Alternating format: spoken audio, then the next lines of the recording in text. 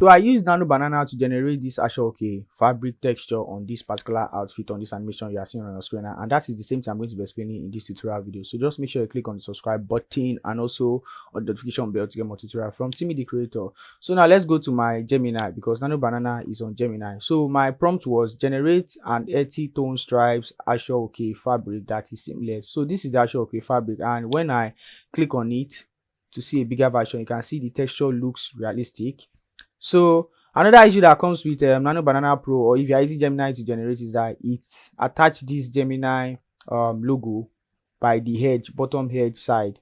So I'll teach you how you can do that with your iPhone. Then you can now send it back to your system. So I'll explain that. So let me just go back. So after generating this, I scrolled down and I said generate normal map for Ashoke. So this particular first image that I generated, I told it to also generate the normal map, because you also need to place the normal map, which is also going to help in the realism on CLO 3D or either Marvelous Designer, depending on which software you are designing on. So the next thing I'm going to do is to show you how you can remove the Gemini logo from the texture map or the base color map, that's the Ashoke, and also from the normal map. So let's move to my iPhone view. So this is the Ashoke texture or base color map on my phone. So what I need to do is to clean up this Gemini logo by the edge. So what I'll do first is to click on this triple line below. I'm going to click on it.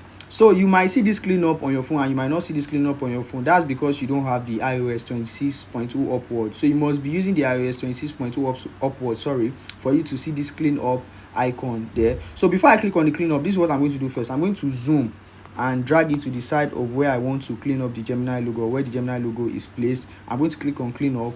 Then it does this preparing clean up. Then it tells me to tap or brush what I want to clean up. So I'm going to just drag slowly on the Gemini logo. You can see it's gone, and I'm going to press done, and then you see that we don't have the Gemini logo by the edge. So I'm going to do the same thing to the normal map also. I'm going to click on this triple line, click on it, you get. I'm going to zoom before clicking on the clean up, and then I'm going to click on clean up. I'm going to just click on the let me see, yep, then it's gone. I'm going to select done, and then we don't have that there again, and then you can now send it to your system. So I'm going to switch to my PC. So now we are back to Marvelous Designer. So this is what I'm going to do next. I'm going to duplicate this or make a copy of this wool fabric.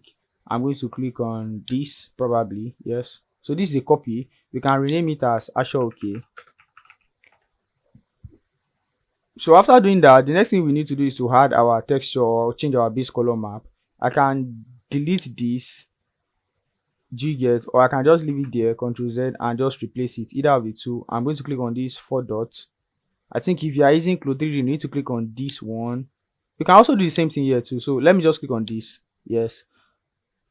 So I'm going to go to my download. Let me go to my download. So I'm going to scroll down. Okay, yeah, this is it, and select open.